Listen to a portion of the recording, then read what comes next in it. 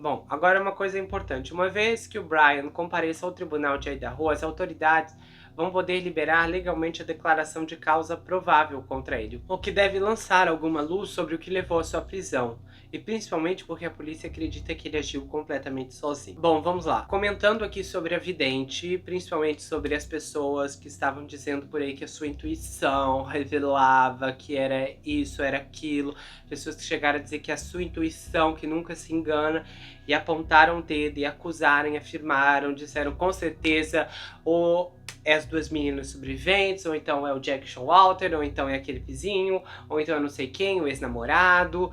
Não, porque na minha experiência é sempre o ex-namorado. Acaba que caíram na mesma farofa que essa vidente aqui, que pelo jeito não viu o processo chegando. E eu me pergunto quantas leituras psíquicas ela terá que fazer para sair do abismo financeiro em que ela se jogou depois dessa situação. Até porque o ego dela a trouxe até esse ponto, querendo fama, querendo não apenas ela, mas como todos os outros videntes do YouTube, que fizeram uma palhaçada ao longo do desenvolvimento desse caso, acusaram o padeiro, disseram que o nome do responsável começava com J e todos deram a cara na parede. Primeiro porque o responsável era alguém que ninguém conhecia, o que era uma grande possibilidade, e segundo que não tem nada a ver com as descrições que esses ridículos saíram dando por aí. Essa situação é um ponto muito importante porque ele exemplifica como a sociedade está doente. Eu lembro que eu fiz vídeos aqui mostrando as suspeitas, principalmente as que estavam relacionadas ao Jack Showalter, de coisas que até agora não foram explicadas e que seriam interessantes ser explicadas, porque são coisas que não deixam de ser estranhas pelo fato de ele ser inocente, como era algo provável, ainda que na época eu falei pra vocês, tanto eu como a doutora Sandra não desconfiava completamente dele, não achava que ele tinha envolvimento, mas achava sim que algumas coisas aqui não faziam sentido. E pra mim ainda não faz sentido. Eu gostaria de entender mais ou menos por que ele sumiu, essa história da viagem de 5 horas, que é um pouco estranha, mas de qualquer maneira, o que acontece? No meio desse processo, muitas pessoas vieram apontando o dedo e dizendo que tinham certeza que ou a Beth, a Dylan, as duas meninas do primeiro andar estavam envolvidas com isso, ou então tinha gente que dizia que era o ex-namorado, porque sempre é o ex-namorado, e no fim não era ninguém. Não era ninguém que ninguém suspeitava. As pessoas precisam aprender a comentar suspeitas, ao invés de lançar acusações. Porque, no geral, quem foi mais criticado aqui é quem acabou resolvendo o caso, que é a polícia de Idaho. Que, no fim, apesar de alguns deslizes e da total ocultação de informação, estava certa. Eles realmente estavam protegendo informações, e é como em um dos vídeos que eu disse aqui, que talvez a polícia já estava de olho em um suspeito e os dias dele em liberdade estavam contados. A questão é que o público, todos nós que estávamos acompanhando e assistindo tudo, não tinha como saber o que poderia acontecer a seguir.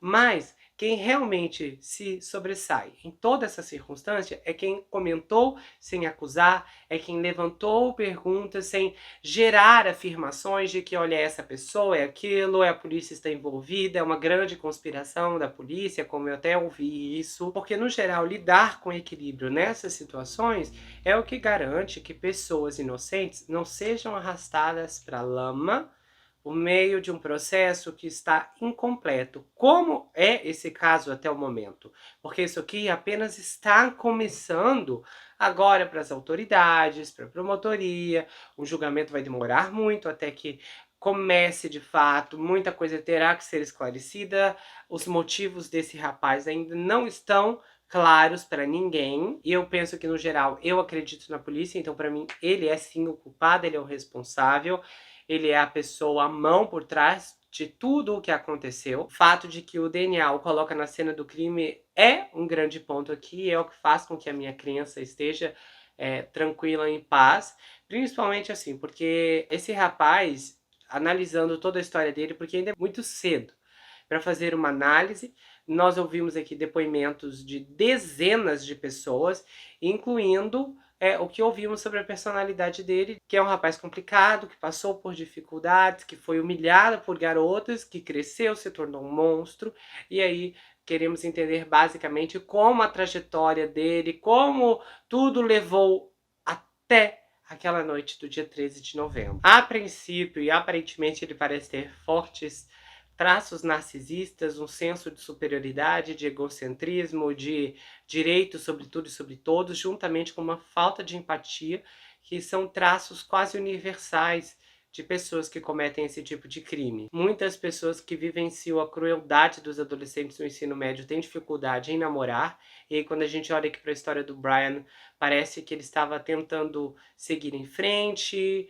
perdendo peso, mudando a vida e se tornando um opressor, que muitas vezes acaba se tornando o próximo passo de certas vítimas, como os movimentos ativistas mundo afora. É só você olhar para a forma como começaram e ver como estão hoje. São literalmente opressores, querem calar todos, derrubar todos, querem ditar regras e não se importam com ninguém, porque o sonho de vingança e de destruir as pessoas acaba falando mais alto. Isso incorpora todo um grupo, um movimento, uma série de pessoas que estão debaixo de um mesmo guarda-chuva. E se isso é tão violento no contexto coletivo, imagine no contexto pessoal, aonde há pessoas que são tão perdidas, que estão tão arrogantes, que literalmente elas transformam aquilo que elas vivenciaram, aquele sofrimento, em uma desculpa para executar e exercer o mal. Uma das coisas que mais me surpreende nesse caso é que, em paralelo com o caso da Gabi Petito, que foi mencionado aqui,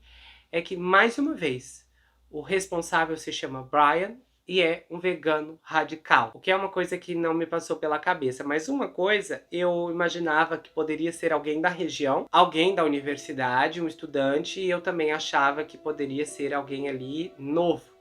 E, de fato, é novo, ele tem 28 anos e ele é estudante, só que não dali da universidade. A questão agora é ver como tudo vai se desenrolar, como tudo vai proceder, qual será o papel da família dele também nesse contexto, se alguém desconfiou de alguma coisa, porque a princípio, pelo que ouvimos, o rapaz estava acima de qualquer suspeita pelo fato de parecer, de aparentar ser um cordeirinho. E agora, para o Sr. Brian, parece que a liberdade acabou, e eu espero que no mínimo a pena dele seja prisão perpétua sem direito a condicional. Uma pessoa como essa não pode mais sair por aí. A história triste dele não justifica nada do que ele fez, porque todo mundo tem uma história triste. Então, ninguém pode usar isso para atacar outras pessoas inocentes, porque daí você vai destruir mais vidas porque alguém destruiu alguma coisa sua no passado. Isso não faz sentido. Mas no geral existem pessoas que sofrem muito ou sofreram muito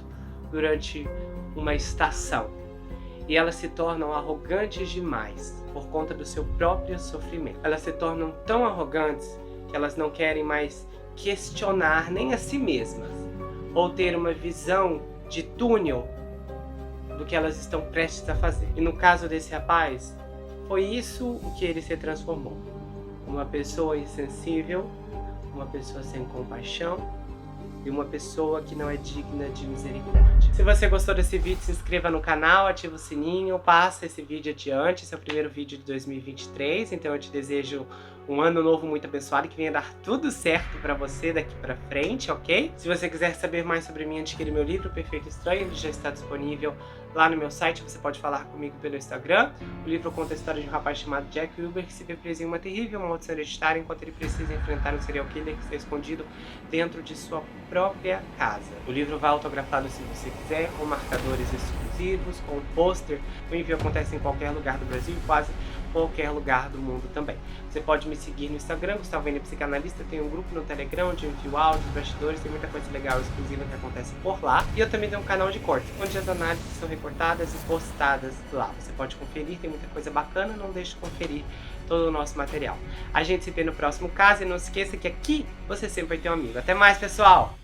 Amber Heard. Quem é a ex-mulher de Johnny Depp? Há muitas coisas que precisam ser contextualizadas. A ex-melhor amiga, os ex-namorados, os problemas na indústria e um passado conturbado que saiu do oculto no tribunal.